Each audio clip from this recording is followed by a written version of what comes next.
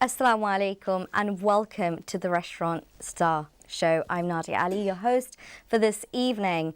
Welcome to episode 3. I can't believe we're already on the 3rd episode. Now in season 2 we had over 96 contestants take part in the battle during the catering circle, and boy was it crazy, and so many people took part. The heat was honestly on. Out of the 96 participants we handpicked only 12 winners, and now this is where the real battle begins. During this show, the star show for the restaurateurs, we are looking for our favourite, our best restaurateur out of the 12, and this is what's happened over the last 2 episodes.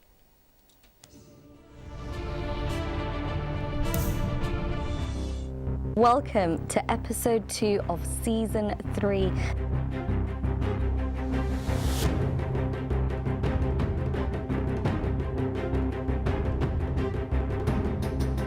We wanted to give you the nutrients of the dish, that's why we steamed everything.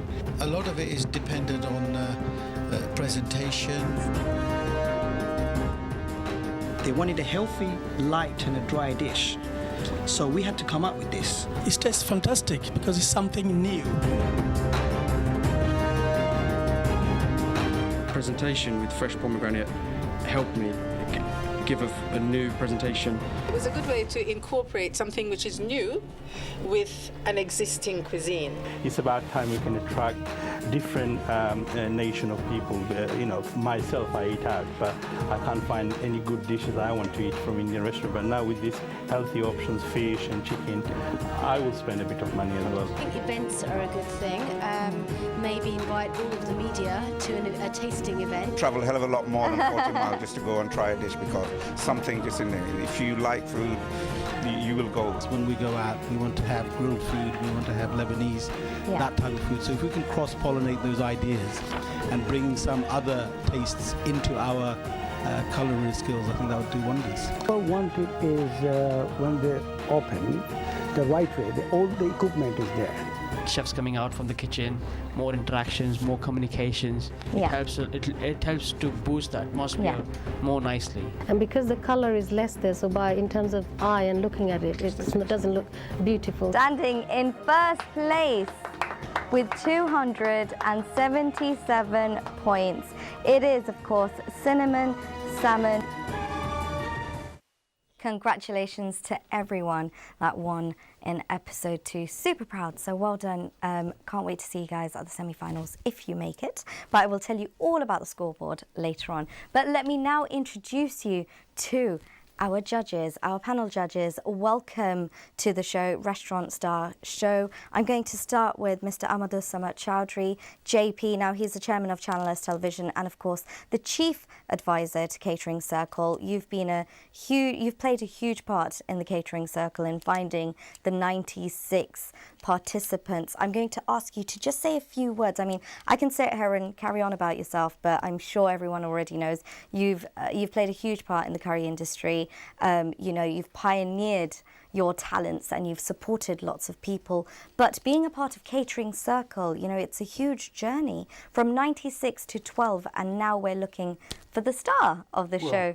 What would you like to say about that? As you said, the journey began 3 years ago, and we are 4 years about to find the best 2 out of 12.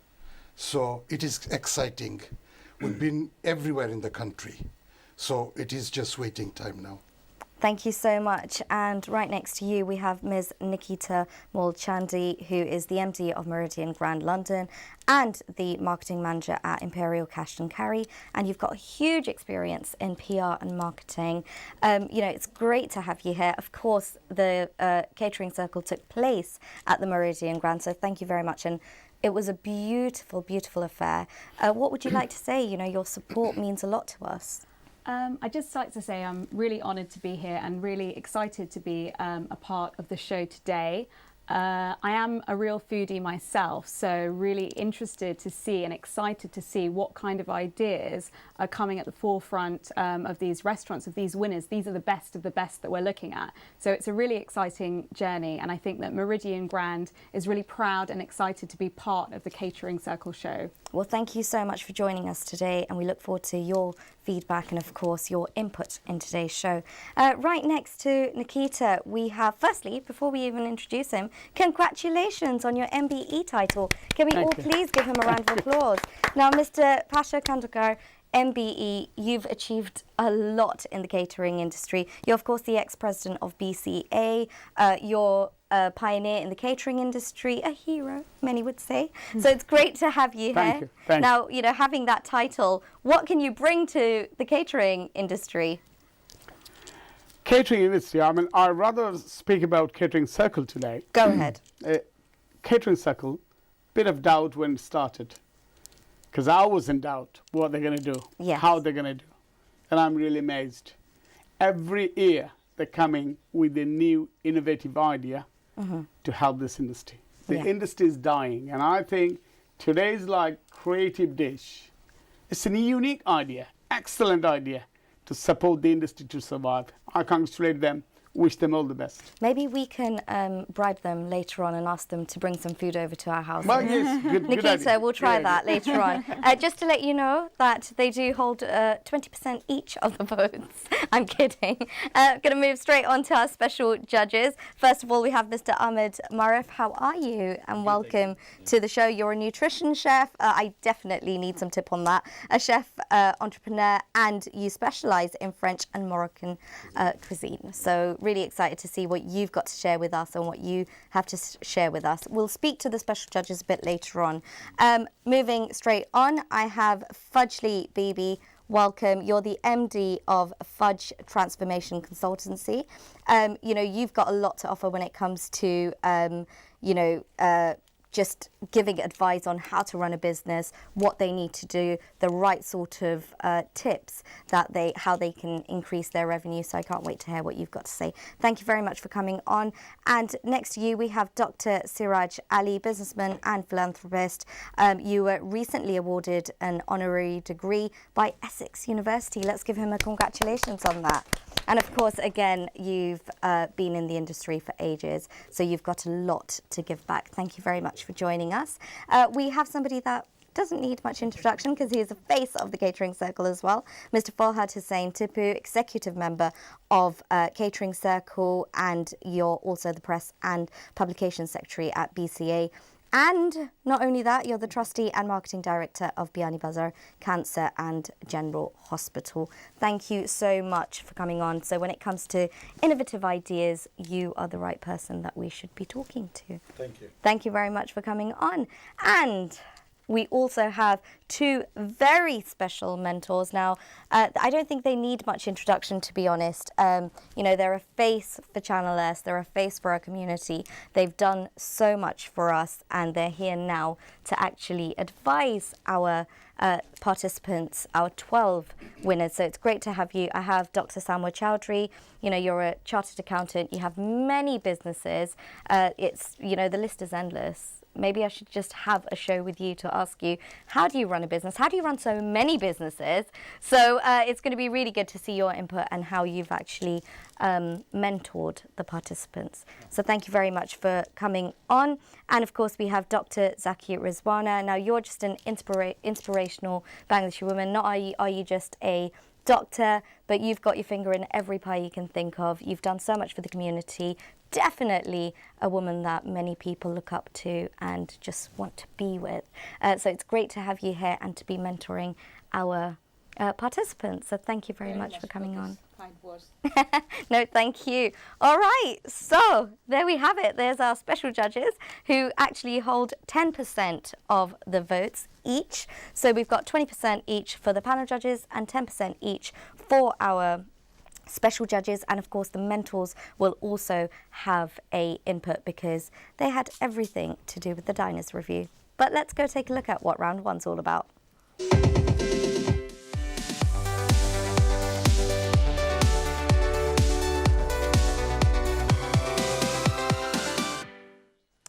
All right, so this is where actually the two participants that are a part of this, had people well, actually diners, go to their restaurant and they had to create a dish and create the correct atmosphere, food, etc. For these diners, and these diners had to score them at the end. We will see the scores in a second, but before we do that, I'm going to go to our mentors, but before we do that, and I'm going to ask them to share their reviews, but before we do that, let's take a look at our participants' profiles.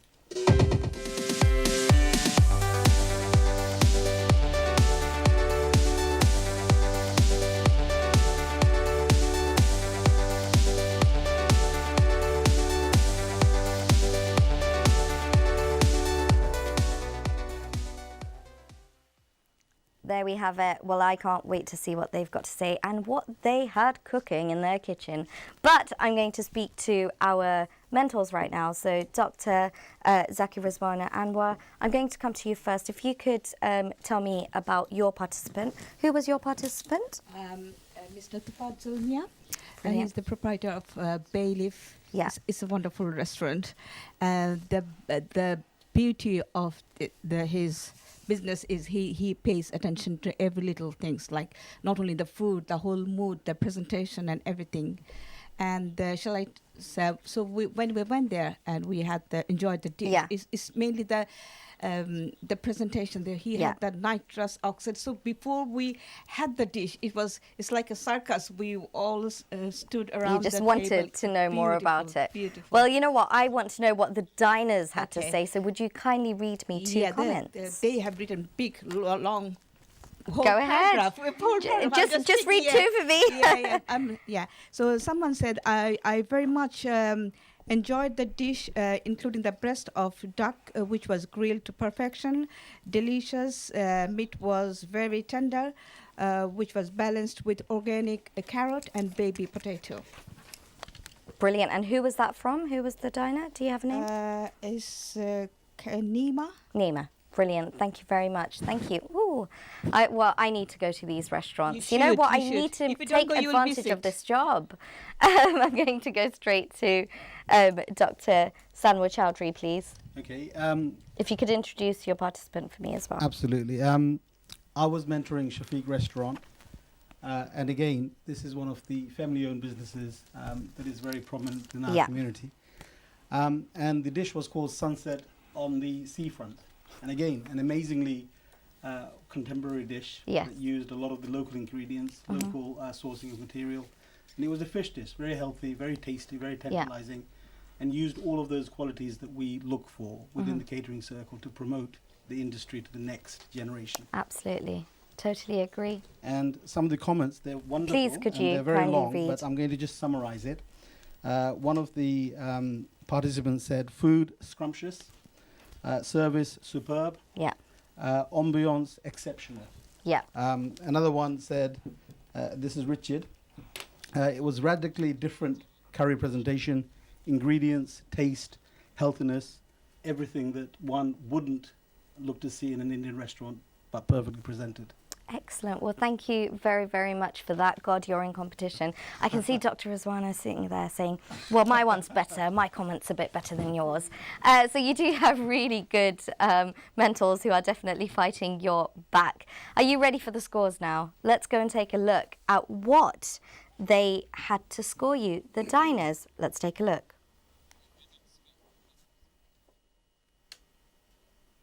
In first place with 100 scores, we have Buttock. Well done. Congratulations. And in second place, with 97 points, we have Sunset on Seafront. Congratulations and well done. So not much, just a little bit, just a few points. I'm going to go straight to our judges, and I'm going to ask Mr. Chowdhury to tell me what do you find about that? How do you feel? The fish and also the duck. We need to have more and more fish because the background, Bangladesh, we live on fish.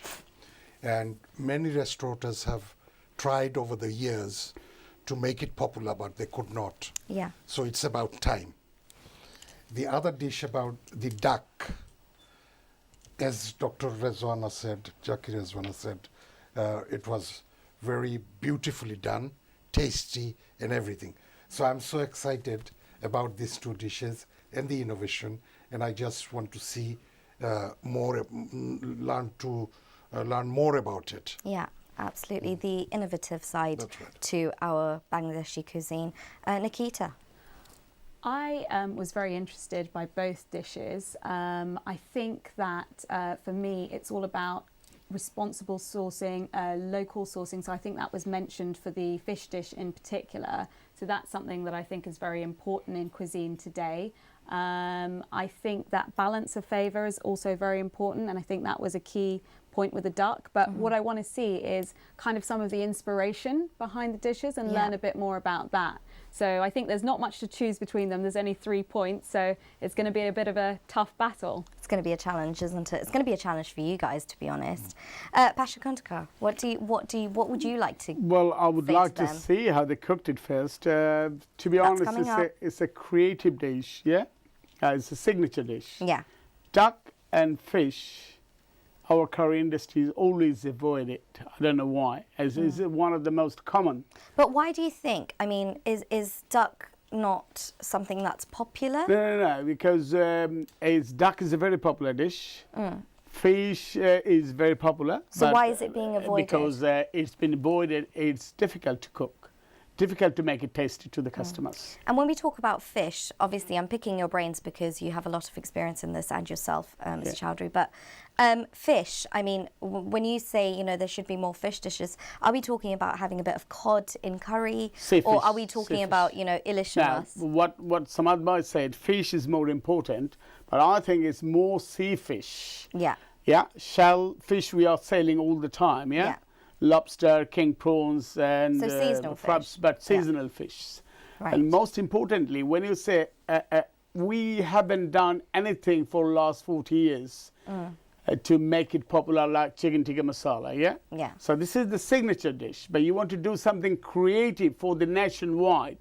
We got to be very serious, and I think fish is better than duck. But I'm not discouraging anybody because duck is not commonly available. Yeah. But fish. But both of them, congratulate them.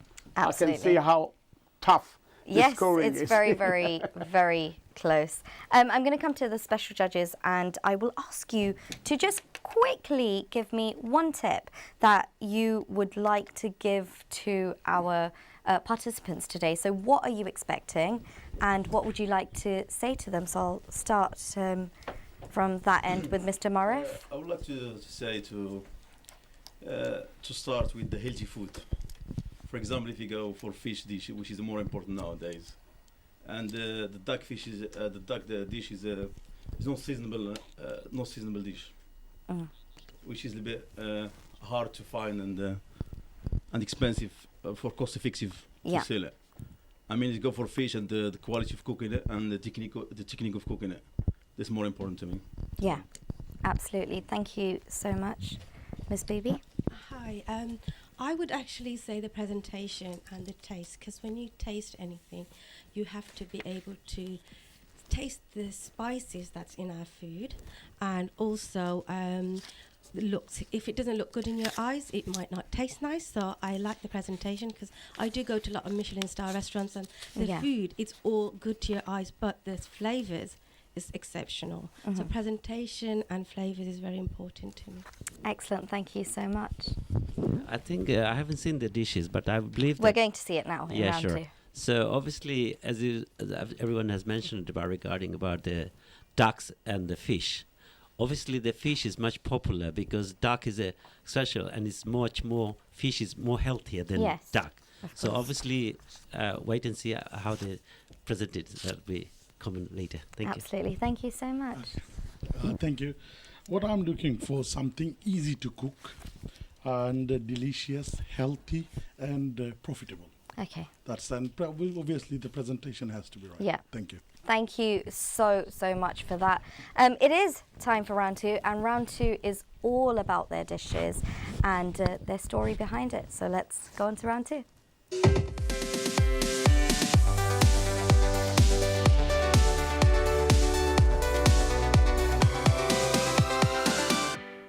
So let's take a look at the dishes now. This is my favorite part of the show because it gets me really hungry, but I promise you the next day my husband absolutely loves me because I try and cook that same dish in the kitchen, but it never works out. Slightly burnt. But let's go take a look at what Buttock had in store for us.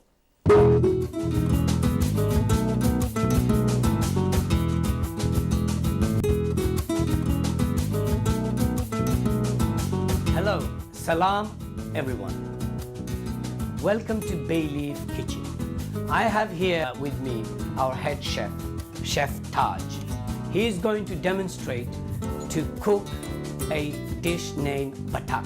To cook a Buttock dish, our main ingredient is fresh duck, breast of duck with skin on. Then for the sauces, we need the following ingredients.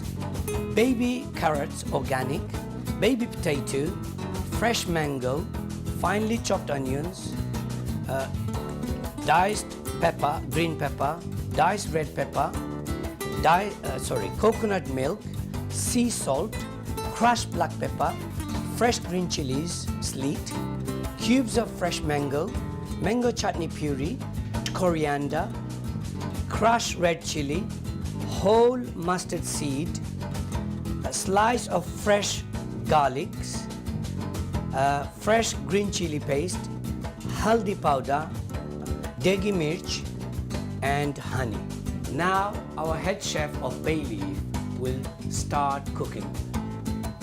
এখন আমরা black pepper and sea salt দিয়ে duck ব্রেস্টটা seasoning করব।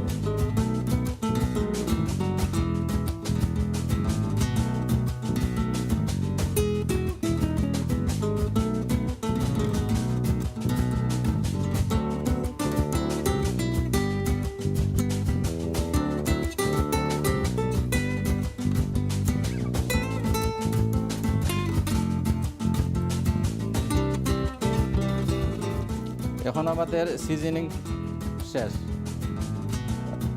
ডাক ব্রেস্টটা combination ওভেনে আমরা ঢুকাইব 8 মিনিটের জন্য।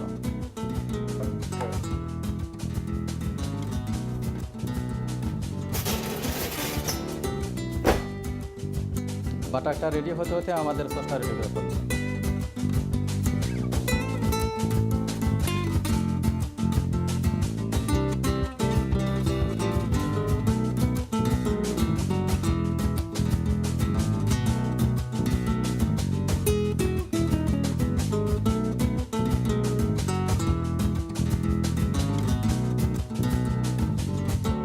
এই সসের মধ্যে steam carrot and steam baby potato দিয়ে দিছি।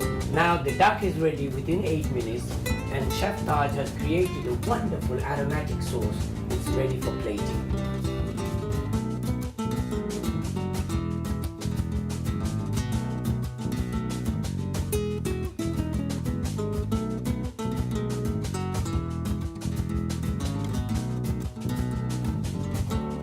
This is the final product, Buttock, ready to serve. Simple, it's easy to remember, and most probably most of you know Buttock means duck. They have used sea salt, which is more healthy because it has less processed. And another thing is instead of olive oil for cooking, they have used the mustard oil, and for salad they have used the extra virgin olive oil. So all healthy stuff there. And the presentation is amazing. So I think Buttock has ticked all the boxes.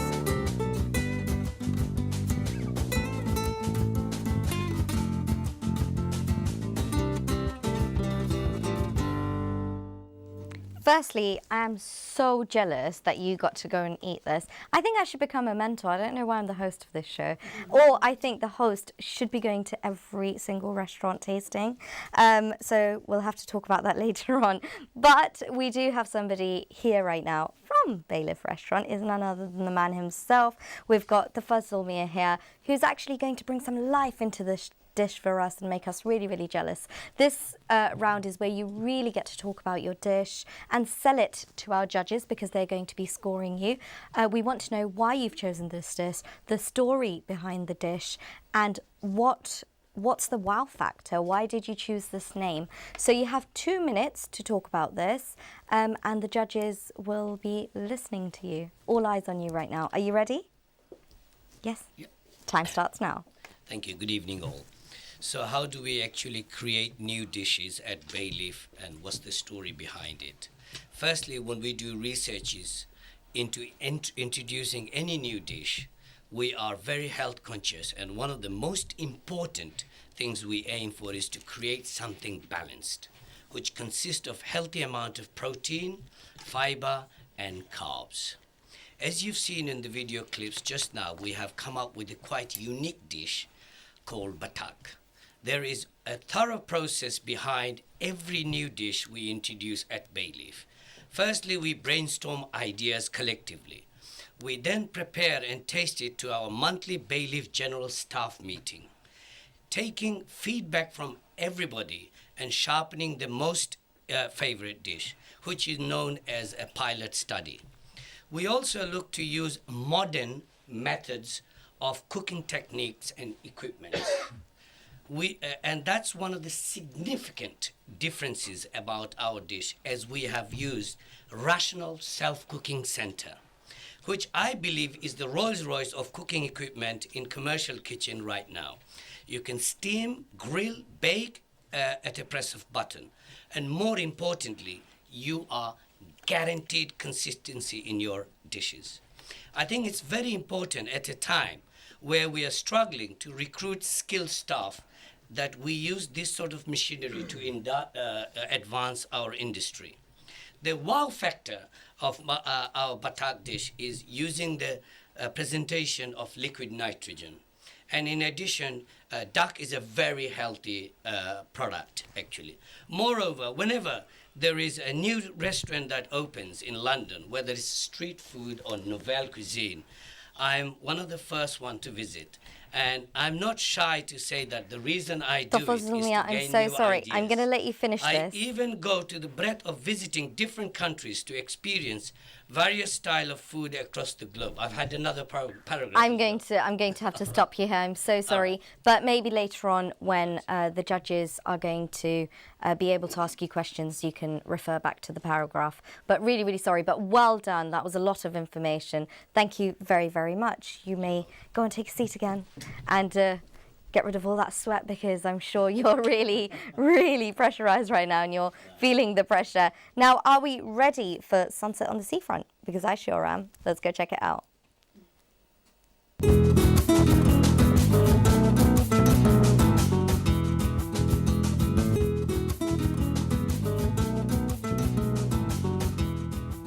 Assalamu alaikum. Welcome to Shafiq. Today we are going to make a dish, sunset on the seafront. We have lots of ingredients here. I'd like to show you one by one. Ingredients is first, we need pineapple, which is fresh one. And we have a carrot and beetroot, spring onion, butter, and parsley, rosemary, fresh mint, pine nut, coriander, and main ingredients is fish, sea bass. This is here.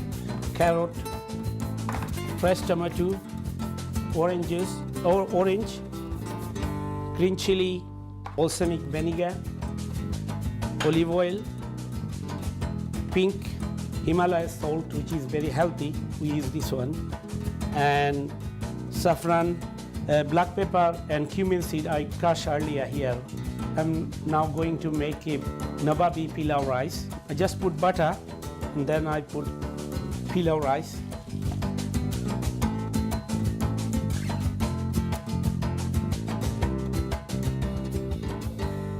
Our rice is almost done. I'm going to cook fish. 2 slices of fish is here.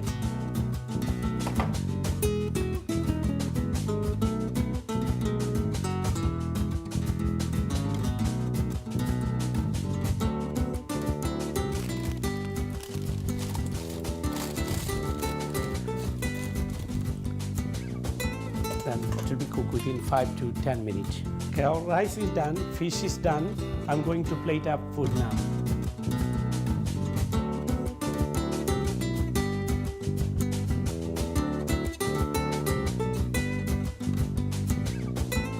আমি এখন একটা drink দিয়ে যেটা আমার special something different go with fish very nice which is final touch is saffron. This is called fruit salad, freshly I made, fresh pineapple, mango, mint, pomegranate and little bit pink salt which is go with and little bit garlic. This is our dish, sunset on the seafront. Enjoy.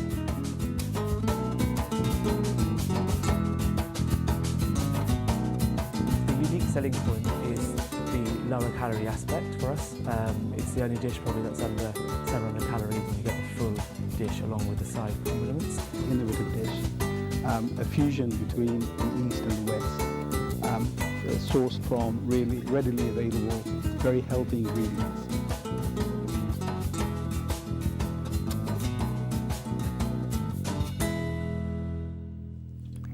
There you have it.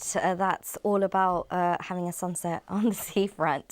That was by Shafiq's restaurant, and we of course have the man himself, Mohi Sami Adin. Welcome to the show. You know, congratulations at 12. You're here now, and we want to see you in the finals, well, semi-finals, which is the next show. But same thing goes for you. Want to know about the dishes, why you chose that, the name specifically. It's a really weird name. Why you chose that name, what's the wow factor, and how are you going to be selling this to these guys right here that are going to be scoring you? So 120 seconds, your time starts now. Thank you. So when I got the brief, I actually did what I've done for the last 30 years, born and raised in Worthing, went to the seafront, luckily got it at the end of my door, sat on the seafront and just looked out into the sunset, and I thought, do you know what, I need to create something that's unique to Worthing, that's unique to us, that represents us, because we have a very unique town where Brighton is obviously for the young hipster look, but Worthing has been for the last 60 years a holiday destination for anyone in the summer. So having a name like that immediately rings a bell, especially when it comes to social media, TripAdvisor. It's not a typical Indian name, and I wanted that to stand out. It's purely making it and social media and hashtagable. The other side of actually choosing this dish for me, I had to categorise a few things. So the fish was important to represent Worthing, but healthy food was easily representable because I've been on a bit of a personal mission in the curry industry in my local town to stop having this feeling of going for a curry when you're bloated or coming out with nearly a food coma or a food baby when you're walking out. That's me every day. So I wanted to create an alternative where people can still come along and still not feel it's not a guilty pleasure.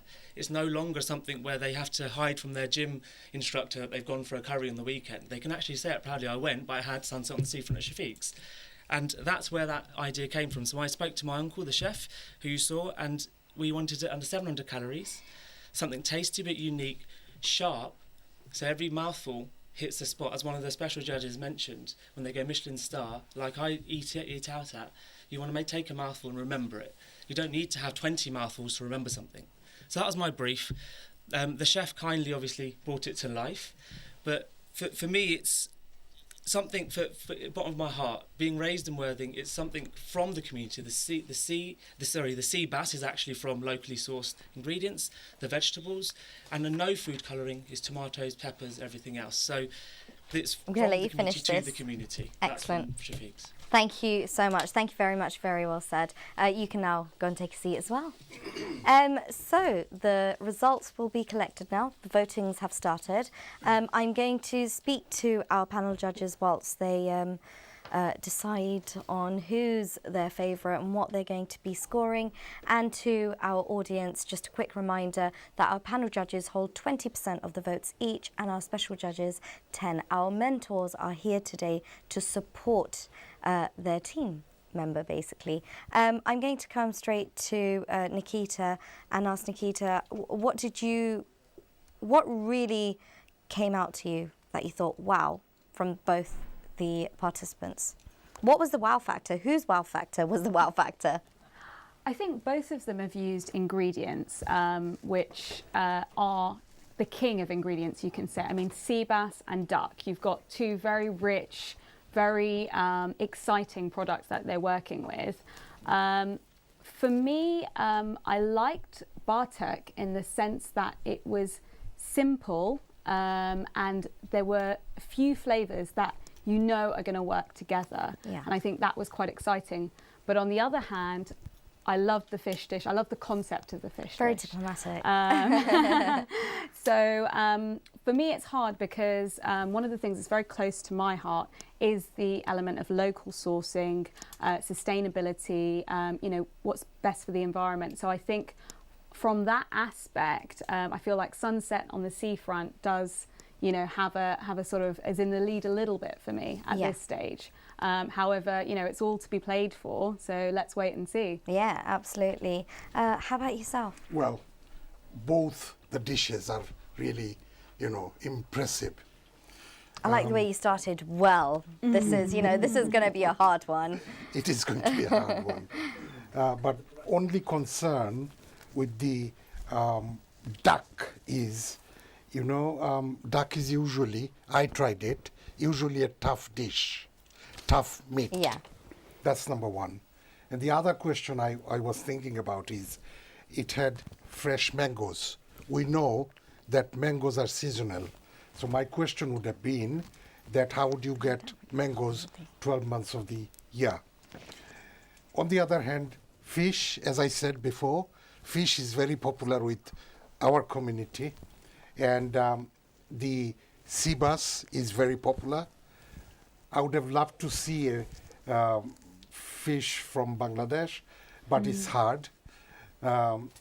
Sea bass is very popular, and the ingredients are, the combination of the ingredients are brilliant. Thank you very much. And Mr. Kontikar, what do you have to say? Duck is a very difficult dish to cook.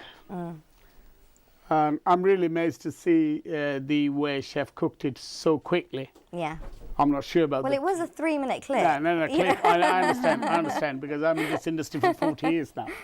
But even duck, cooking a duck is a very brave thing. To make it tasty is a very brave thing. First of all, I congratulate him for taking this challenge. Yeah, absolutely. But I cannot say, well, something, because the ingredients he used is most common.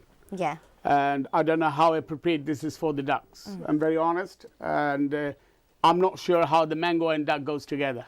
That's another thing, the flavor. Yeah. One sweet and one got meaty taste. Yeah. So that's different things. Fish-wise, the sea bass is a common fish. Yeah. Common cooking things. Yeah. It's an excellent fish. But the chef, the way he cooked it, I would say is really good, very good. The presentation was fantastic. Yeah. And he was very brave that he put rice on the side of fish. Absolutely. And it was quite Bangladeshi. Well, thank you. It is a Bangladeshi. It is a Bangladeshi. I'm going to let you vote now, because I know we're running out of time for round 2. But I'm going to come straight to our special judges. And if I could ask Dr. Ali to please tell us, what's your input on this? I mean, what was your favourite? Well, I looked at the dishes, both of them, and my thought of that is the dish duck is very, as they got a skin on it, and obviously is a red meat. Is a fantastic way they cooked it. There's no doubt about it. But getting into the market, it will be a question mark. But the fish is common, and sea bass is very delicate, as you know. We love the fish, but the fish, it'd be much more easier to cook it, and more easier to present it quicker than duck. But it's concern of each chefs and how they're going to do it. But both of them are really unique, the way they cooked it, there's no doubt about it. Yeah, absolutely. How about presentation? I'm going to ask Miss Bibi, because you said you love your expensive restaurants and you like dining out. I think all us women do. But how important do you think presentation was? It was very important, and I think I like the idea of the sunset and the story behind it, and the way it was presented. It was beautiful, and it was beautiful to the eye. I mean, I think we just have to taste it to see. Yeah. So, but which one was your favourite, presentation-wise? Oh, that's giving away the scores, oh, isn't it's okay. One score, 10%. It's just 10%. But I'll tell you what. A little bit, maybe, no? Or do you want to stay diplomatic? I do love fish, actually. Fish is my favourite. Oh well, you've just given it away basically. So I'll leave it at that. Well, thank you very, very much for that. I will be speaking to the special judges a bit later on in the rest of the rounds. It is time for the results, and the results are right here in front of me. I get to see it before everyone, so I guess I feel a bit special. But let's take a look at where they stand in round 2. Actually, sorry, a technical issue. Really sorry, this is what happens when you're live. It is a technical issue actually at the moment, so we will go on a break, and after the break we will come and reveal the scores. So don't go anywhere. Stay with us.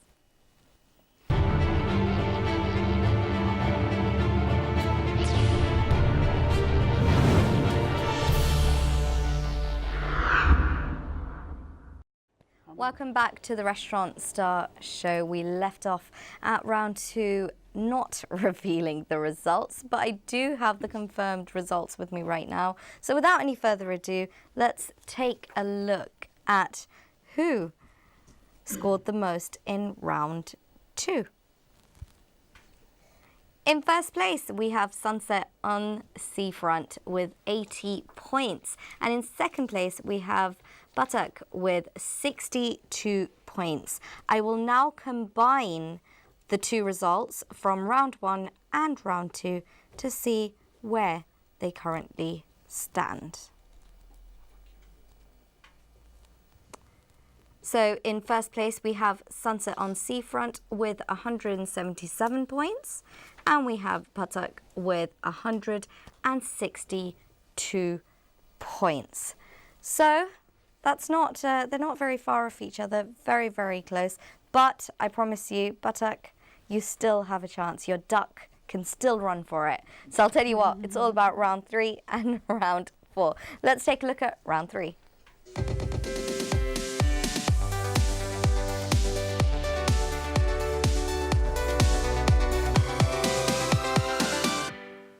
Right, round 3 is all about marketing and branding, and God, we have so many people right here on 2 sides of me. God, it's actually the women, aren't you? You guys are the ones that are all about marketing and branding, so you've really got to impress these ladies. We're going to see what you're going to pull out that pocket of yours.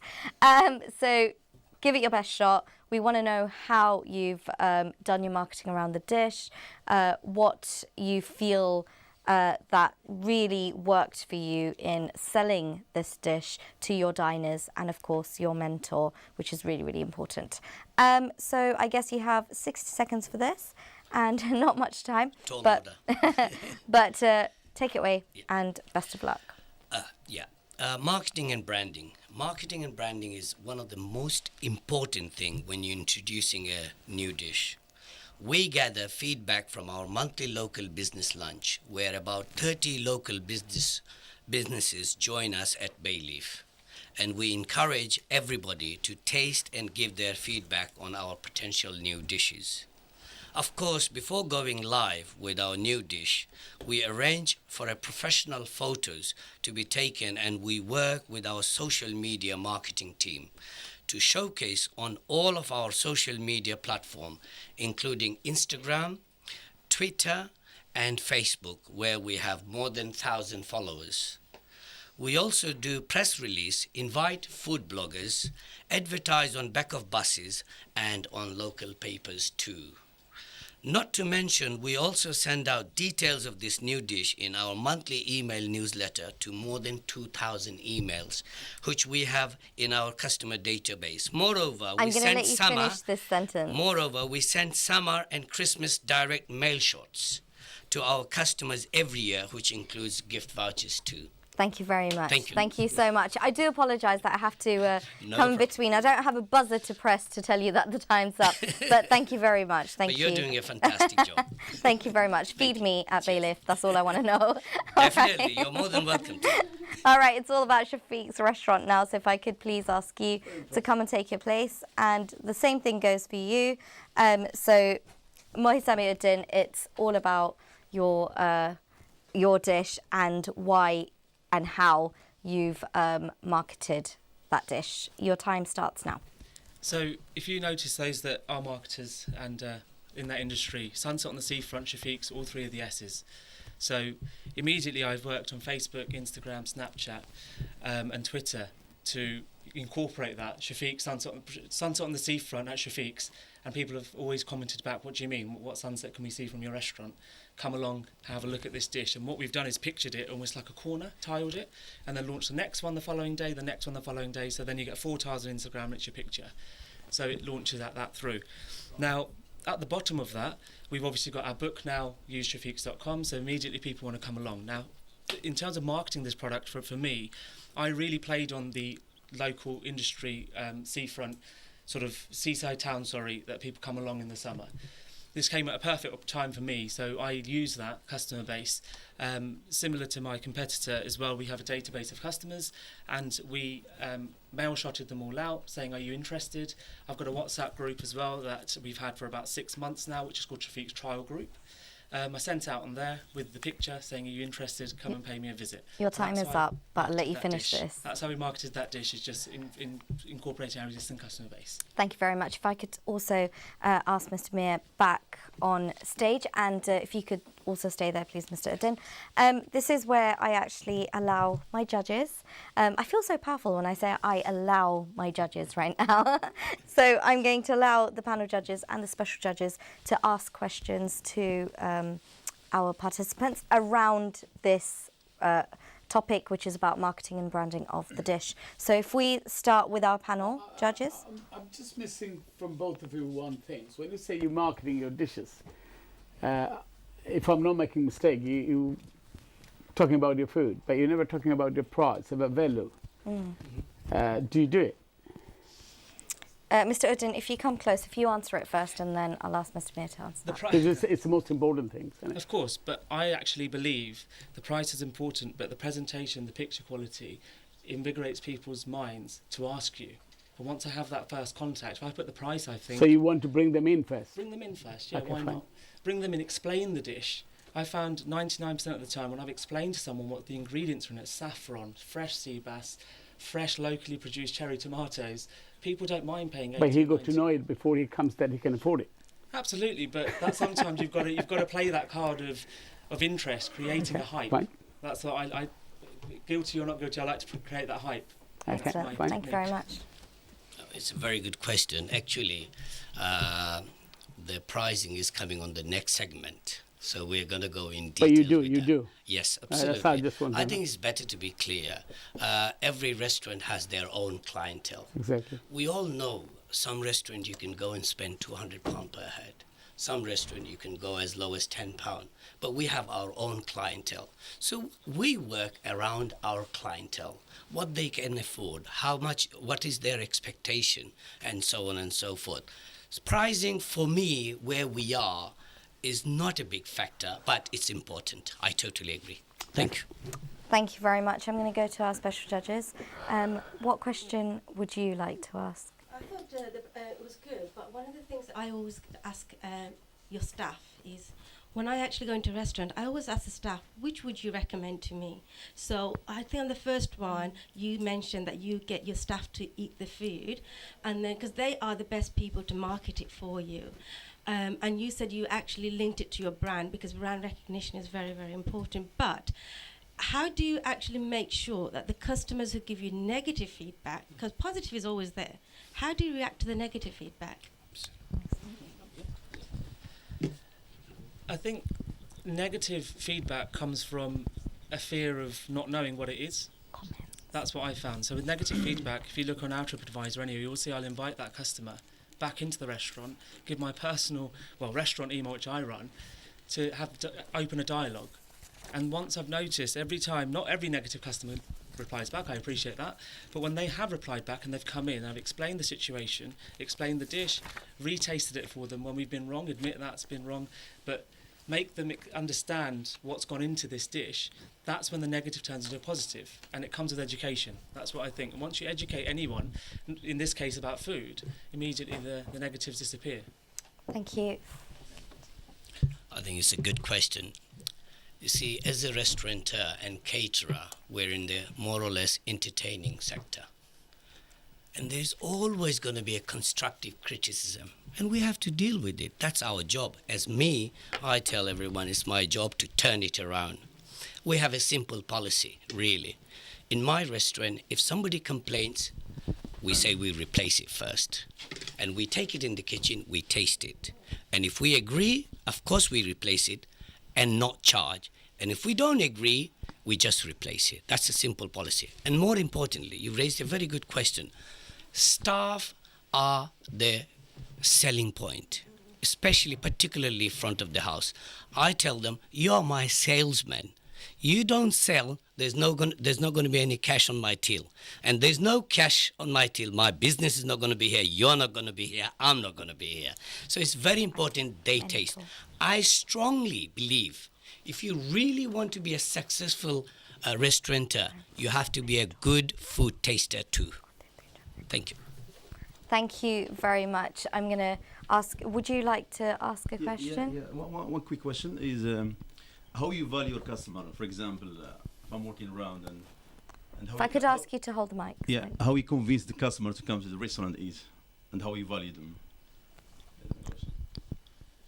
Okay, so what are your marketing techniques do you have a reward scheme? How do you value your customers? Yeah, so I use a system called Swipey, and I have done for the last year, and that holds my customers' records of how many times they've visited, how many times they've not visited. Once we've shot a specific mail shot out to the ones that haven't visited in the last 6 weeks, and literally just said, what's wrong, come along, pay us a visit. That's how I bring them back into the restaurant. But now, how did you do it, in terms of this dish? Yeah. How did you do it in terms of this dish? Like giving samples and stuff to customers. Yeah, so this dish, like I said, the WhatsApp group was important, that's been there. So I sent out the picture of the WhatsApp group. For me, social media was more important to do that, to attract those customers in. We have a combined following of nearly 1,500 people across all our social media platforms. We've been there 32 years with the longest restaurant in the town. So I play on that fact. And when I use social media, the response, how I monitor, everyone asks, well, how do you monitor how successful that is? You literally pay in order to get the MI to come out. How many clicks have I had? How many rings have I had? How many website clicks have I had? And that's how I bring them in, and I can monitor if it's been successful or if it's not been successful to change it next time. So for this dish, social media was 95% of it, and WhatsApp was the other 5%. Brilliant, thank you. Marketing, I did say how we did do marketing. Bayleaf has been established in Whetstone High Road for 24 years. I'm one of the founder. And we have a great relation with the locals. However, to attract young eateries is very, very important, in my belief. And that's where the Facebook, the Twitter, and the Instagram comes in. I mean, the stories you hear about the Instagram and Facebook, how many followers they have and what have you, and what exposure you can get out of a dish is just phenomenal. So we use these sort of tools. I don't do it myself. I have a team who does it. So they do it professionally, they do it timely, and we make the most out of it. Thank you. Thank you very much. I'm going to come to our panel judge. Who would like to ask a question? Okay, I want to ask a question to Muhi, Shafiq. So it's by the seaside, isn't it? Yes. So that means in the summer season, it is very busy, very popular, a lot of people go. What do you do in winter? How do you survive? Luckily, it's not Alaska. Luckily it's not Alaska. So in the winter, we still have our normal customer base. The summer months, we literally attract a new customer base, but the winter we What's have... the population you serve? I mean, population is 98,000 people 98,000. in that town, according to the borders. So the winter months, again, I don't mean to be almost a little bit big-headed about this, but 32 years and the longest running Indian restaurant in the town has its own weight in itself.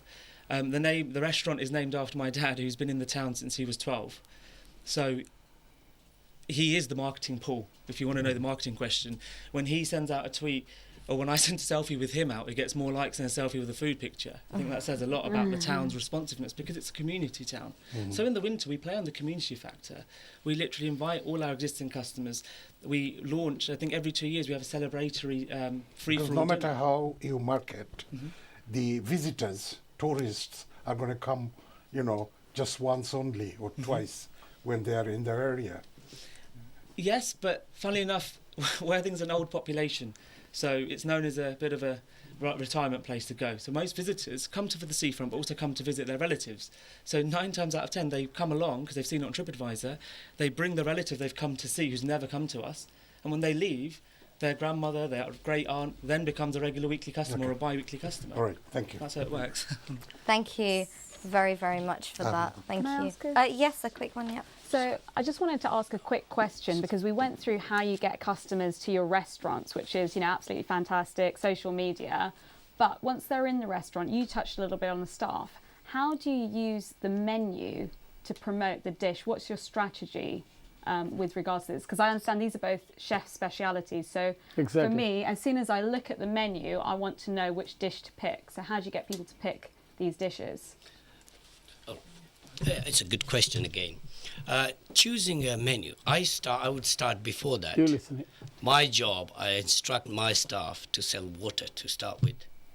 That's where the profit is. And then we go through the dishes. We go through the starters. Starters is a key point to sell in order to make profit in your business. A main course is going to sell itself, to be honest with you, frankly.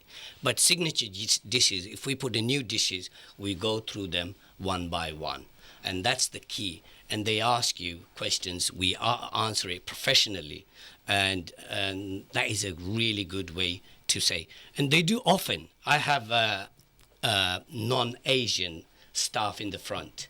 And they said, what do you eat? I said, because we taste the dishes every month on our staff meeting, general meeting, they usually say, we had that one last week. It's amazing. Try it. Money back guarantee. That's the way we sell our dishes. Thank you. Yeah, so for me, the actual dish selling part comes from telling a story. So the chef speciality section, when we sit down and a customer asks a question about it, when we always go through a few categories. What do you want tonight? Chicken, fish, meat. And we rattle it down. How spicy do you like it? X, Y, Z. And then we get it down to the dish and we explain that dish and where it comes from, how it came about. It's not just a dish we've made up or copied from the restaurant down the road, how our chef created it. Then I also do that where I do a bit of a cheeky offering where I say to them, if you give me feedback after you've eaten this new dish, I'll half price it. If you don't give me feedback and walk out, it's for free because it means you didn't like it. And we won't speak any more of it. So most customers just joke around, laugh, and then they eat it, they tell us, and that's how we do it. Some of it's bad, some of it's great, some of it's not so good. And that's how we determine our specialities and actually uniquely proposition it. And the most popular ones, we do shout out about saying this dish has gone on, to sell. I look at the MI of how much I've sold and I say to customers, this is the most popular dish this week, or this is the most popular dish this summer. How long do you have this dish in the menu? This dish, well, when the brief came through, so start of June, I believe. Is it going to stay for long? Yes, it will stay, but because of seasonal, it will stay to the end of September, I believe. And then after that, it becomes not so fresh because it becomes frozen. So okay, that's fine. I may pause it. Yeah. Thank you very much. Thank you. I'm going to ask the panel judges. No, not right now. I'm so sorry. Panel judges, I'm going to get you to please do your voting because our special judges have voted. I'm going to go straight to the mentors and ask you both. I mean, they're not very far from each other with regards to score. They're head-on-head. Dr. Samuel Chowdhury, what would you like to say to your participant? Give some words to your team. We've seen how strong both of the participants are. They're very confident. They're the best in our catering industry. But one thing that I do like about Sami is that he is one of our new breed of businessmen. Yeah. He's a professional in his first job, but he's very much engaged with the restaurant trade. He loves the heritage that he comes from. And he loves the community that he lives around. So to try and engage the community in doing things that are much more localized is the best of both worlds. So I think what he's done is to use the best of the West in order to revive and promote the best of the East. Yeah, absolutely. Dr. Zaki Rizwana? I know the area where the Bayleaf is. That is quite affluent area, and both sides of the road, they're all restaurants. So to survive, there and to do well is not easy. And the customers, if I'm not wrong, they are the customers who will not come to it for a chicken tikka masala. They would like to try something very special. So for them, I think duck is they would love duck. And the second thing which because I personally visited there when I was mentoring him, if you ask me what was tell me one thing which I liked is the stuff there, and the girls, they were very well spoken, very lovely. They will come, they will they're like family members. Yeah. So that is very important. And when I go as a consumer, when I go to any restaurants, one thing if I can't make up my mind, I always ask what dish do you suggest. What can I enter? So yeah, they are and they were talking about the duck. Yeah. So you went for it. Thank you very, very much for that. I do actually have the results with me, but we're still waiting for the results to be final. Whilst we do that, we have one question from our special judge. Hi, in regards to your marketing, it's great to see that you do quite a bit of marketing, but do you invite bloggers into your building to actually blog as well? I think one of you mentioned I it. did. Yeah, we do. And also, do you get secret people actually? There are lots of secret reviewers that come in and review because they are very good at marketing and they give honest feedback as well. Thank you so much for that. We are going to go on a quick break whilst we wait for the results to be final. I'm super excited about it. Honestly, you guys are this close. I can hear Mr. Konakar just sighing away. So I'll tell you what, I'll give you a break now. I'll be back in a bit.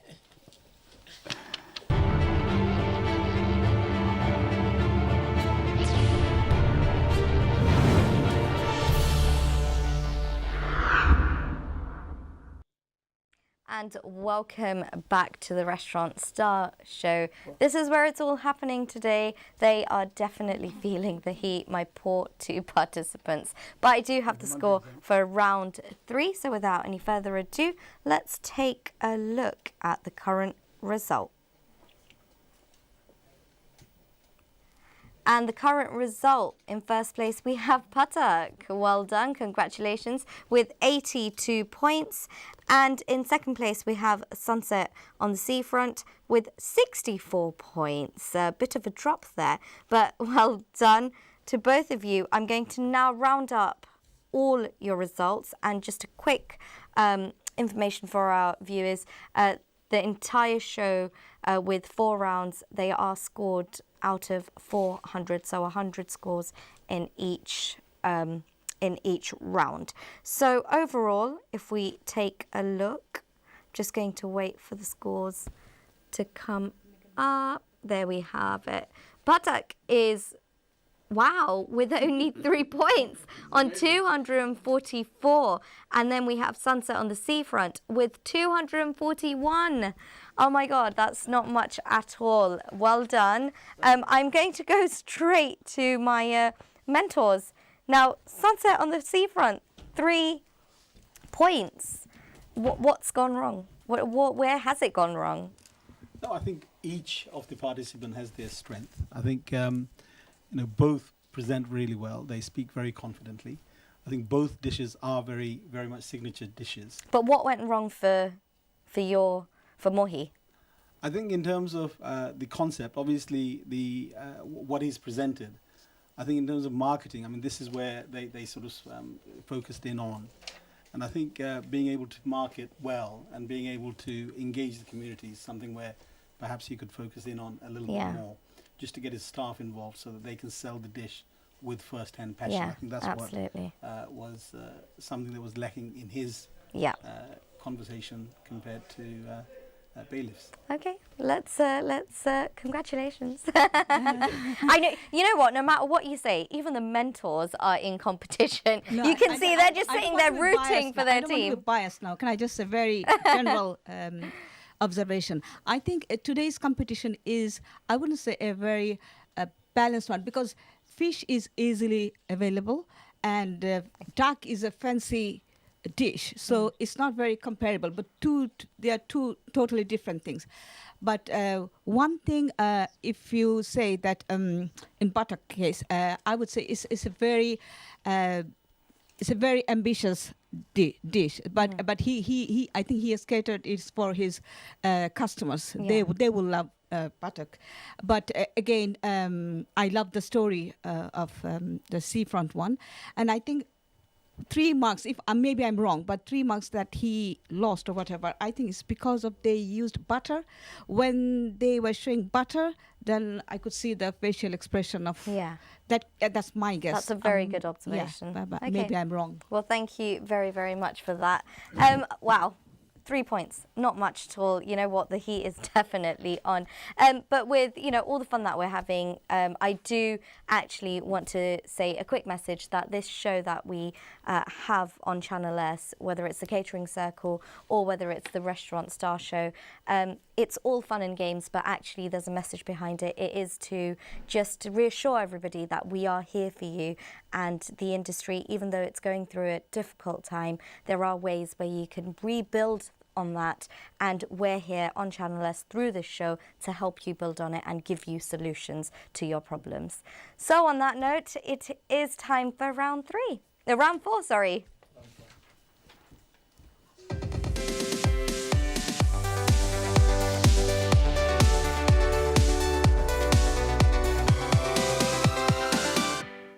There you have it, round 4. Now let's see just how much grilling our 2 participants can take in this round. Now this round is all about the profit margin, so they're really about to share some secrets on here. So if I could have first up from Bailiff Restaurant to share everything to do with the dish, may I add. So what the cost of the price of the dish is, please don't forget to mention that.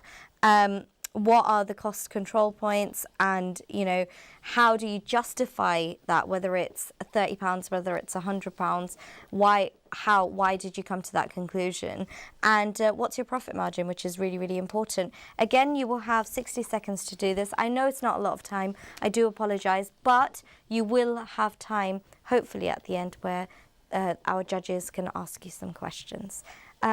And your time starts now. Profit margin. Profit margin is the key to success or failure in any business. And this is the issue we are facing in our industry. The experts here would know more than me, actually.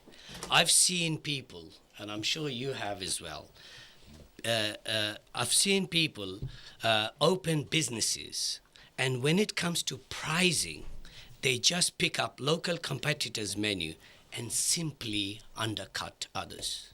But the way we work out our pricing strategy is by calculating all cost of our dishes in detail, including raw material, and for me, not to forget the VAT cost. For the case of Batak dish, we are charging our customers $19.95, which has a more or less a balanced meal. The VAT payable is £3.35, which leaves us with $16.60. Whether you make a loss or a profit, you have to pay the VAT. Now, let's get into the raw ingredient cost of the dish. Your time has ended, so I'll let you finish this last sentence. Thank you. It cost us £2 5 pence for 170 grams of fresh breast of duck, including wastage. The current market price is about 9 to 11 pound a kilo, and it's a sustainable product. Excellent. And it doesn't fluctuate. £1.95 for vegetable, including the organic carrot, baby potato, cubes of mango, all the rest of the 15 other. You're trying to say everything under one breath. I'm going to stop you. Other spice. Let me just finish this. You know what? It would be really unfair to Mohiuddin. Because I didn't finish the costing. I've got full details. If the judges ask, it's fine. I will When be the happy to judges, answer it. the judges will I will get be a chance happy to ask you questions. Thank Yeah. you. So please don't worry about that. Thank you very, very much. He's so excited about this. Really. Let's have Shafiq's restaurant on. Your time starts now. Yes, so my background is corporate banking, so this is an area of mine which I looked into. So just to give you a brief things on the costing. So firstly, per dish cost me £8.40. Then there's a secondary cost regarding the staff, bills, etc. else, which I incorporated in, which costs £1.70 per dish. And that leaves me with a straight line profit of £8.30. Now, the pricing I got round to, we're using the most expensive ingredients being saffron and the fish, fresh fish. Not to note that, because frozen's cheaper. Now, how I worked that pricing out was asked my tasting groups how much they're willing to pay, but also looked at my costs and realised that if I don't make the £8.30 profit, it's almost not worth plating up. In terms of the actual side of it, the bottom line cost, how I worked out a secondary cost, and I think that's the Indian restaurant industry forgets that cost, sadly, which is the secondary cost of bills, staff wages, those kind of inflationary prices. They immediately look at this dish cost me in shopping bags terms, £6, so I'm going to charge £10 more. You need to add another £2 onto that to averagely to work that. Thank you very much. Time is up. And again, I promise you will get some chance. If I could see, here you are. I didn't lie, so you're here now. This is where the judges can actually ask you some questions. I'm quite happy, and don't worry about it. We got the message, what you want to say. That, but one thing just attracting me, the way you are valuing your food and products. But do you ever think about your customer buying power before you launch a product in the market? Because it's very important, isn't it? What kind of customers level you got? Yeah, absolutely. But you never mentioned this. No, it's hard to get it out in 60 seconds. Oh, right, sorry. Thanks for asking the question though. So the buying power of our customers, there's a report out from, I think it's Fitch House, that does a average inflationary income per area, per capita. Right. Now that's important because it works out your region's buying power and actually take home salary, their disposable income. And they're going to spend to your place. Yeah, and that's where you work it out. So if I was to put this up by £20, I'd miss my market. Right. In my region, luckily, Touchwood, there's a relatively higher than average disposable income in that region of the South East. And on that, we do play on it and manage to do it, but obviously... That's good. Thank you. Well, it's a good question again. Buying power.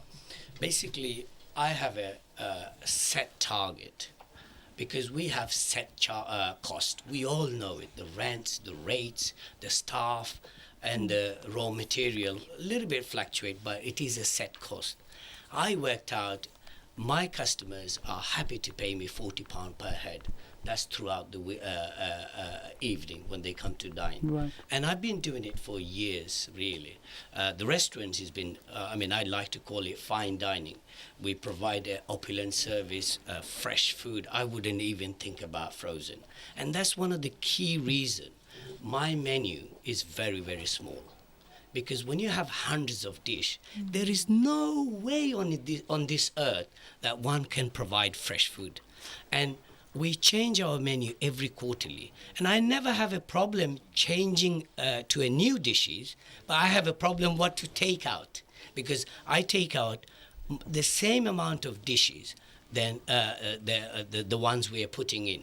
So pricing, we've been there, our clientele are happy to pay £40 because we provide opulent service. For example, I give you, we know, you're the pioneers of the industry. We know we go to some restaurants, and I hate this when they come up and they say, oh, chicken tikka masala, whose is this? I don't do that. I'm sorry. We have a numbering system.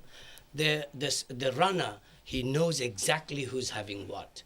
And they're surprised when they come in groups of 20 sometimes. They say, oh, how did you do that? You know, and that gives us a great feeling. And they believe that we're doing something right.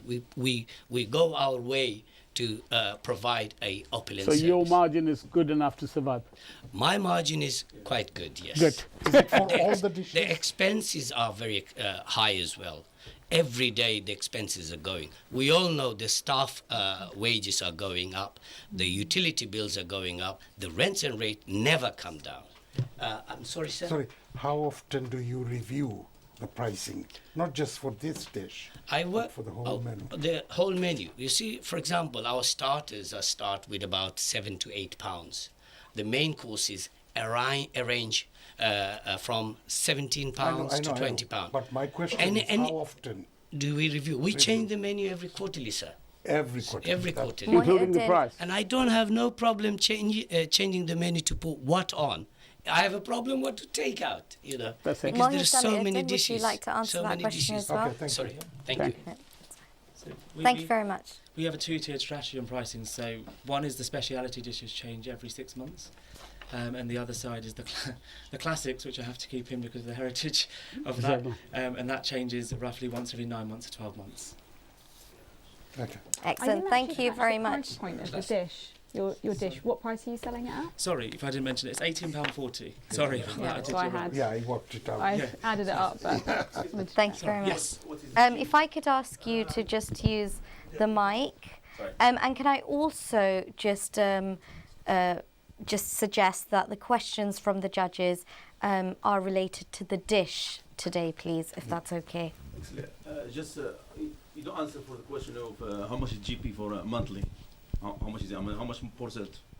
Is it like 65, 70%? How much is it? Percentage. What is the gross profit? Your gross profit. Oh, sorry, I mentioned, my gross profit was £8.30, so I didn't put it in percentages. Percentages. I mean, like 65% or. As a percentage, wow, you're testing my knowledge without a calculator. Well, you're now. in banking, right? So, yeah, bankers use calculators, a shock to everybody. As a percentage, what are we looking at? 18, 40, 10 margin, 45%, thank you. The accountant speaks. The accountant, that's what the mentors So basically, you're losing money then? No, it should be 75. The million. It should be, but luckily I've paid off my freehold. Oh, brilliant. It depends on where you're running your business from. I've paid off my freehold, so I've got none of that cost, luckily. Between 68 to 75 to make money. I agree, but I think launching into the market first, you've got to steadily go in and then go out. Yeah, that's you always need to all the ingredients time 4 to have the 75%. So that's a selling point for you. Excellent, thank you. Would you like to? Yes, please. I can finish off the bit. You know, we're talking about batak. Our presenter Nadia has reminded us. Yes. The batak dish, the duck cost me £2 5p for 170 grams of breast of duck. £1.95p for the vegetable, including organic carrots and baby potato, cubes of raw mango and the 15 other spice. 95p for the presentation cost, what we use for the liquid nitrogen. If we add all these three main components, we get a total of $4.95. Deduct this $4.95 from 1660, leaves us with $11.65, which gives us a 70% margin, is the industry average at the moment. And I can go on how we spend that 70%, really, because the expenses are high. And if we don't charge 16 to 20 pounds per main course, you are absolutely right, sir, we'll be losing money. Now, do you both use any sort of formulas or anything when it comes to pricing your dishes? Would you both like to elaborate on that? Formula, like I said, I have a target average spend is £40. I tell you what, it's so simple to work this out. You serve X, Y, Z customers a week, and you can multiply and minus the amount of wages. For me, it cost me £10 in labour per customer, and that's a fact. And if I don't charge that to our clientele, yes, we have to do things differently to justify. My colleague Sami said that classic dish. Classic dish is something really hard work, in my opinion. But you can't do without them sometime. Yeah. But I do it on a special request. We don't have no classic dish. We have our own dishes, and we change the menu every 3 months. If it's a product that is going up, for example, sometime lamb chops are £15 a kilo. The average price is $8.50 a kilo. Yeah. So we take it off. Yeah. You know, that's the way we do it. Sorry. Thank you. You know, that's the way it works, really. Because end of the day, when you open a business, you are there to make money. If we're losing money in any business, what's the point investing your hard-earned money and losing money? You might as well just stand in your front door, sell £20 for $19.50. You'll have a long queue. Thank you. Yes, you had a question? I think you already answered, so okay. I don't have any question at this point. Okay, brilliant. Dr. Ali? In my opinion, both of the restaurants they put in very nicely display about their input and output. But my question is, the fish restaurants, only a seasonable business. And the duck is more sort of like, as you know, it is a game meat. Like you're using ostrich or pheasant but your dish will be continuing on concern. So as you, much as the marketing side, well as the pricing side, and it seems like, do you get regular customers percentage? What percentage regular customer do you get it? So in terms of the fish question, the worry about being it seasonal or not, we're lucky to be on the seafront. So even though it's not seasonal sometimes, you can still source it from the right fishermen. And around the pricing, I know, sorry I didn't get to answer the question on that side about formulation of prices. I am very honest with my pricing and include the cost of labour in my price. In that costing, it's £1.70 was included in that price. So you take that off, it goes closer to about 60% onto the average. The fish side, we take it off the menu, similar to my colleague here. We'll take it off if it gets too costly. We'll make a business decision on that. And we'll replace it. We'll test it between now and the winter and make sure that there's something else in there. Funnily enough, our winter menu does have duck in it, but it's something we flip and change. And like I mentioned before, to keep on the category about hype, you put something on for 2 months, people love it, review about it, take it off. Guess what? Next summer they're queuing out the door for it. Yeah, I understand. I mean, this restaurant belongs to your father, and you're taking over. And the gentleman has been there for 22 years or something, running a restaurant. So my point is that, what percentage regular customer do you basically get? Yeah, so mine is roughly 74% regular business. That's weekly. We're in that lucky position. Then we get 10%, which we class as flyaway customers, who come in and out. They're tracked, and they are roughly once every 2 months, who we market to very hard. And then the rest of them we class as the ones that come in as and when their disposable income allows them to come in. So we're in a privileged position. People think that's too high, but if you came in and realised that we have that position. But once you introduce the new dishes, how volumes do you get? Do you get so much demand on it? Yeah, we get newer demand in it because of social media. So we're seeing a younger crowd coming along to our restaurant. When Mr. and Mrs. Smith sit down at the age of 60 and we know all their kids and grandkids, now we're seeing Mr. and Mrs. Allen, who are 20-something, moved because they can't afford Brighton, moved into Worthing, coming in because guess why? They saw an advert on Instagram and they pressed like and it went to log website and they realised it's literally 2 miles from them. Excellent. Thank you so much. Thank you. Yes, if you want to answer this question. Regular customers. In a nutshell, I don't have no visitors because the place we are, it's an affluent area, it's a residential area. But however, if I like to put a percentage, it might be 99%. And that's why we do mail shots in the summer and in the Christmas time. We remind them, hey, we are here. Here's the voucher. Use us. Use our services. In terms of the area we're in, they are happy to pay £40 a head, and we're happy about that. And we do go extra mile to provide the value for money. End of the day, I believe it's not what you're charging. Are you providing value for money? Are you providing the right product? Are you providing the fresh food? Are you providing the professional service? These are the factors comes in when it comes to customer service. Thank you. Thank you very much. I can't take any more questions because the judging is over now. We're just calculating the scores now. I will be able to give you the scores in a second, but before I do that, I'm going to take some last comments from our... What I just want to ask... I won't let you ask any more questions from them, but just comments. Yeah, I'm really sorry because we're running out of time. So you can comment. Everything was really nice because both dishes are like a different kind of dish. One fish, one duck. So it's, I think both are really nice dish. So thank you very much. Excellent. Thank you very much. I do apologise. We're running out of time, which is why you couldn't ask the question. But yes, you can just your lasting comments. What would you like to say to our participants? Thank you very much. It's appreciated that both of them have done well in sense, and the very competition. The only things was between the game meat and the fish. Yeah. But difference was there. But obviously, every opinion and judge have their own opinions, so they must have marked. Yeah. Thank you, Anjali. Thank you. Thank you very much for your presentation. Actually, one of the things I would definitely say is for you to be sustainable for the future, your pricing structure has to be really important, looking at your overheads as well and how much you're spending. But also, you mentioned that you change your dishes. There are some dishes that customers like and will come back for it. So bear that in mind. They might come back and ask for it. I do. Thank you. So thank you very much. Thank you very much. I would say thank you very much. I think it's a good presentation. I think it's lack of, my opinion anyway, just lack of costing dishes. I think you should work on that. And the dishes has too many ingredients, so you waste a lot of money on it. So make it simple and easy, and you still might be easy.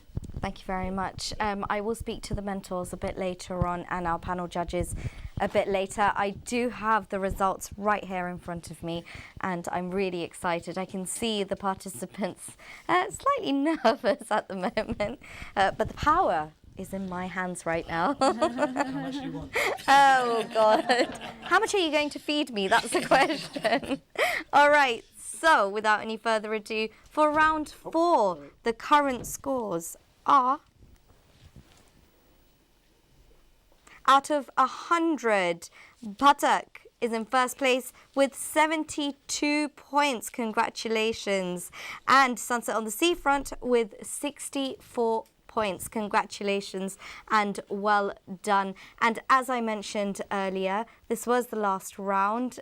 We had round 1, round 2, round 3 and round 4, which were scored with 100 points each. The panel judges held 20% of the judges, each panel judge, and our special judges held 10% each. So the combination of both teams have found us a winner. So overall, today, the winner for Restaurant Star Show is...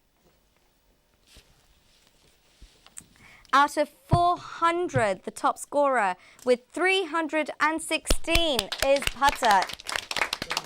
Bayleaf Restaurant, congratulations. And in second place with 305 points, Sunset on the Seafront. Congratulations and well done. That is Shafiq's Restaurant. There you have it. Honestly, it's the journey has been amazing because we've actually followed all the participants in this show itself. We've watched them grow. We've watched them grow as an individual, and it's just beautiful to see them come this far. And I'm going to go straight to our mentors. You know, well done. Your team won. Your team won? No, here you are. Your team won. No, your team won. For this episode, your team won. So how are you feeling? Great. What did you do right? I think I supported my mentee all through. I mean, credit goes to him, not to me. But I would like to congratulate both of them. They both did very well. And as I said earlier, that is one is fish, one is duck. So it's we messed up. You two guys. And the one thing I would say that to see whether it's going to be a successful dish or not, you need to see the whole year. Yeah. I think someone, you have mentioned about the seasonal variation to see it, and we need to see what's going to happen after Brexit. So yeah, there are lots absolutely. of things we need to take account of. So good luck to both of them. Yeah, absolutely. And thank you for mentoring Mohi. Absolutely. I think both guys are very inspirational. What they have done is to take the catering industry forward. I think what I'd be delighted by is if both of them went through to the final, because I know that both could be winners under the scoring system. So it's not that Mohi is out. It could be that both of them are in. Yeah. So congratulations, guys. Congratulations. Good work. Thank you so much once again. Literally 30 seconds from you. Firstly, well done. Congratulations. Thank you, Catering Circle. Was the sweat worth it? It was. Look, end of the day, I believe it's not about winning.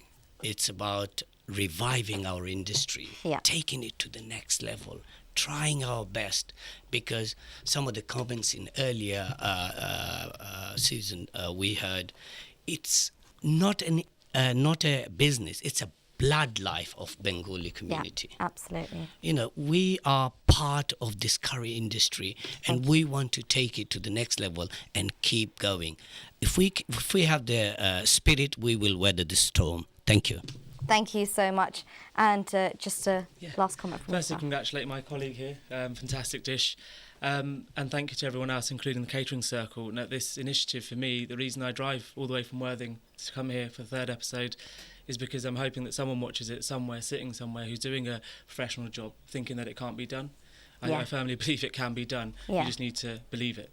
Well, you never know. You might have just made it to the semi-finals. So, you know, you may not have won this this round, this episode, but you might make it to the semi-finals. And actually, I'm about to share that with you guys. So, as you know, this is the 3rd episode, and, you know, we've had competition here for the last 3 now shows. And from the last 3 shows, from the 12 participants, we're going to be taking on our 4 semi-finalists. And out of 400 at the end of the show, they have been scored. And we're about to share this for the first time. Can I get some drum rolls? Maybe some drum rolls. Let's do that. There we are. And the score is as follows. In first place, we have Slow Roast on... What does that say? Ox, there you are. And then, sorry, I don't have my glasses on. And then you've got Salmon Raspara. And then you've got Patak. And in 4th place, you have Sunset on the Seafront. Oh, congratulations and well done. Did I not tell you? You may just win this. I'm going to ask you to say a quick word. How are you feeling right now?